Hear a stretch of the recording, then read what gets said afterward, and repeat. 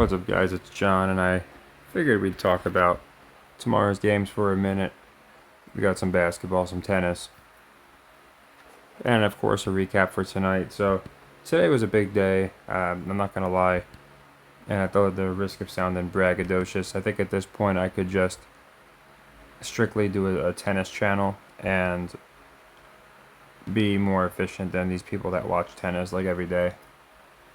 It's pretty crazy. You have these supposed experts, whether they think it's scripted or not, and we're able to basically just watch a couple matches of these people and get an idea of their gimmicks and who's a sell artist, what lines are suspicious. Suffice to say, tennis really saved the week. We were about minus 9.3 units coming into today. We finished exactly even yesterday, because even with the Colorado 8-unit win, we wound up losing. We finished 2-5, I think it was. The Warriors, I thought we had for sure. They had 80 points in the first quarter, and them and the Pacers, and didn't get it. They wound up losing. So anything can happen. It's why I never really cracked the champagne early. But yesterday we finished dead even. So came in today around 9.3 units negative, and we just did a great job. We got all of our plus value plays, and a couple came through nice for us. And again, if you notice, I'm just fading the people that sell games. I've often referred to Jobert as the female Cispatas, and it's because she is. Like, they both lose games they shouldn't. They're top 5, 10 players, and they just have these meltdowns for no reason. So anyway, there's a reason, I guess, that tennis doesn't like them. I've actually noticed Eubanks is like the new Cispatas, because he's like a tall, dare I say, good-looking gentleman, and he's got like the serve volley and some finesse to go with it.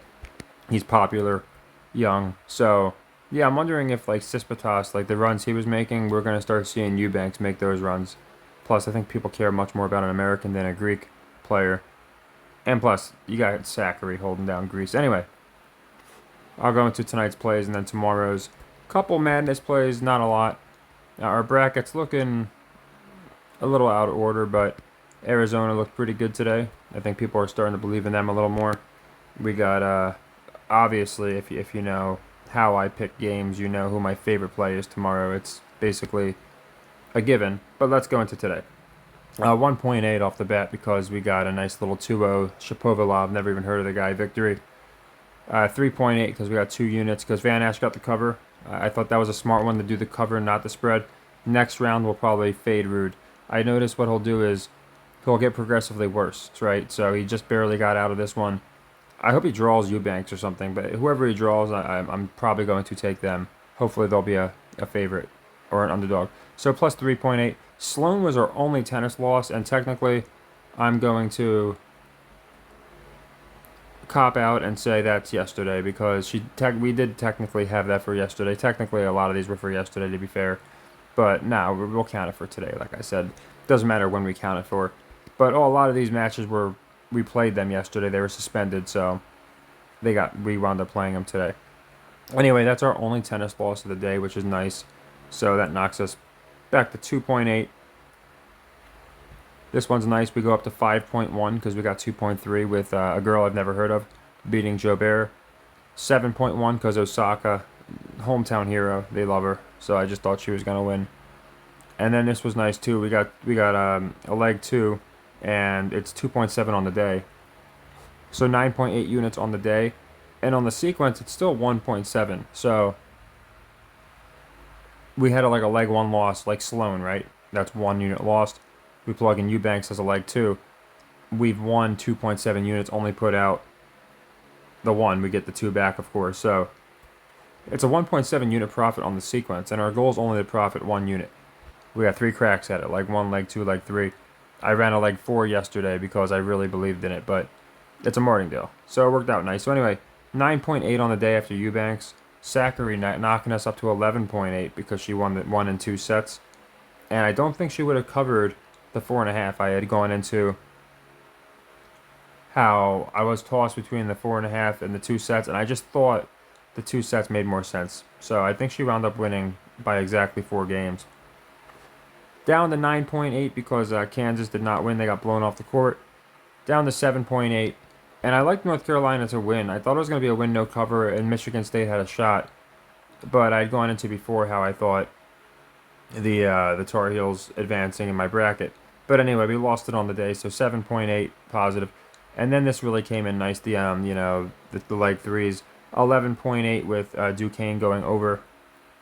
They actually got it to like 152, so it was closer than I thought. But basically the whole way it looked safe. 15.8 because the Hawks blew out the Hornets, which is nice, and 16.8, which I almost took the money line on. Unfortunately, I didn't, so we just got the cover. But great day, 16.8, which means we're about, if I'm doing off the top of my head, math pretty good. I think we are up 7.45 units now on the week because we were minus 9.35. Chris will correct me. Chris is always great at that, so he always will bring to my attention, oh, I'm getting this many units, I'm getting this. But I think we should be right. I think it was minus 9.35, and I just went into it today with the 16.8. So I think it's a 7.45 plus week, which means no games tomorrow, so I can say we finished 11 out of 12 weeks in the profit. No, I'm not going to do that. I could. A lot of people would.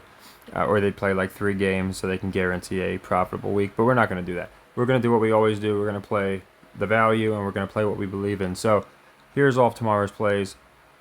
Right off the bat, I got the Bucks covering the Thunder. It's just a metric play. Thunder, one of the best, if not the best team against the spread. Bucks, not one of they're not too good against the spread. Public will probably be 50-50. I'll take the Bucks to cover for 2 units. Pacers Lakers is going to be for a unit. They just played the Warriors and they couldn't even get over, and they slammed on the brakes in the second half. I think a lot of people might see that. They got 80 in the first quarter, couldn't go over 234. Why would I think they're going to go or 237? Why would I have them in the Lakers? Lakers who don't play as fast pace as the Warriors going over 240. So I think the logic there, a lot of the public will be on the under. So I got the Lakers and Pacers going over for a unit. We got the T-Wolves covering the Warriors 2 units. I think the T-Wolves definitely win. Warriors got to stay at the bottom of that play-in so they can play the Lakers. And so the Rockets can look like they have a chance of making a run. So I'm going to take the Wolves for the cover. Although it could be a close game, I think they definitely win for 2 units. And here's the one. Here's the game that, if you're going to ask me about a lock, just like, yesterday when I had them beating Florida, 3.5 point spread, a little fishy to me. Number 2 seed Marquette. And Colorado's looking hot. They got the momentum. You might have public on them because of the fact that they're kind of an underdog story, but I think way more public would have been on them versus Florida than this matchup. This matchup, I feel like people are going to say, okay, now they're playing a real team. So I love Colorado. That's going to be a leg 3 for 4 units, so that'll be big because if that comes in, obviously, we're not just going to profit a unit on that sequence. We're going to profit a lot more than that. So that's why I like this system. We exponentially increase our units up into 1, 2, 4. And then if we get a plus odds on a leg 2, on a leg 3, as you can see with Eubanks and others, it pays a lot better. I got Baylor covering Clemson 4.5. Look like evenly matched teams, so for it to be 4.5 seems a little heavy. So I like that for a unit. I like Yale and San Diego State to go under because it's set really low. And Yale just had I think it was a relatively high scoring game. So I get that San Diego State and Yale play a slow pace, but whenever it's set in the mid to even high 120s, and it's not teams that are like 20% on the over, then I feel like the public's going to slam the over. So I got the under there for a unit. I'm going with the Yale cover. I'm not sure they win. Chris did point out to me there's an individual that he follows and reads his assessments, and he had pointed out something to the effect of he did call the skull and bones thing too. So I'm good to see. I'm glad to see a lot of people noticing that. And he said Yale's got to win again for some numerology to add up, 24 or something like that. I really didn't look too much into it. I kind of just took Chris's word. He knows what he's talking about. But I'm just not sold on them winning. But I do think they'll keep it close. But if you want to take the money line, you certainly can. I just thought, between that and the fact that I like the cover anyway, I think they cover. I think San Diego State, since they went so far, there's a good chance they go at least, to the Sweet 16 or something. But either way, I think Yale covers 5.5 points for 2 units. And then the guy I've never heard of, Tabilo, I got him covering Dimitrov because I think 4 games is kind of light for a top player. So that's going to be for 1 unit. I got Diminar, the Demon, covering Quan because 5.5 points, even though I never heard of Quan, that's a lot. You know, you got to win 6-3, 6-3. That's not easy. You know, you lose one set, you got no shot. You get broken once, really. You're probably not covering. So I think a lot of people will take the 5.5 points with Quan here. So I think the Demon might get some crazy, just 6-1, 6-0 type deal where he just knocks him off the court. And then finally, I got Marisan, who I have heard of, but I really don't. I know he's not great. Playing Holger Rune, who's a choke artist in his own right. Not as bad as Casper Ruud, but I think the value's there. 225 kind of reminds me of the chick who played Jobert. So yeah, I think Marizon comes through here for the win, and you can see we got a nice little balance. You know, I don't play every game of any sport. I notice when people on my Discord post winning parlays, 9 times out of 10, there are like 3-4 team parlays where they play like 2 college basketball, a hockey, and a basket. I don't know why. I like it's you would think the odds would be the same. I think it's really just being able to pick your spot, and if you could just try and pick a lock from each sport, it's a little easier. But that's one thing I've noticed. There's today, for example, like tennis would have been fine if we just went all tennis, but for the most part, I noticed that like winning parlays again usually come from people that have like, oh, I had this UFC fight, I had this tennis favorite, I had this over in the NBA game, and this guy to score so many points. They usually wind up coming through way higher than if someone does like 4 NBA games. Now again, it's not a giant sample size, but I've had people tell me that they've noticed the same thing. So anyway, a good bit of plays tomorrow. I'm hoping we finish 11 out of 12 weeks in the positive. Not to reiterate the same things, but for anyone that's new, well over, I think we're closer to like 110, 115 units now since starting, which was on December 3rd, last year, 23. That's since I launched this Patreon here, and even again this year we haven't had a losing week, which is pretty insane. I don't think we've had a losing week this year. I think our last, because we had a winning week in the Super Bowl.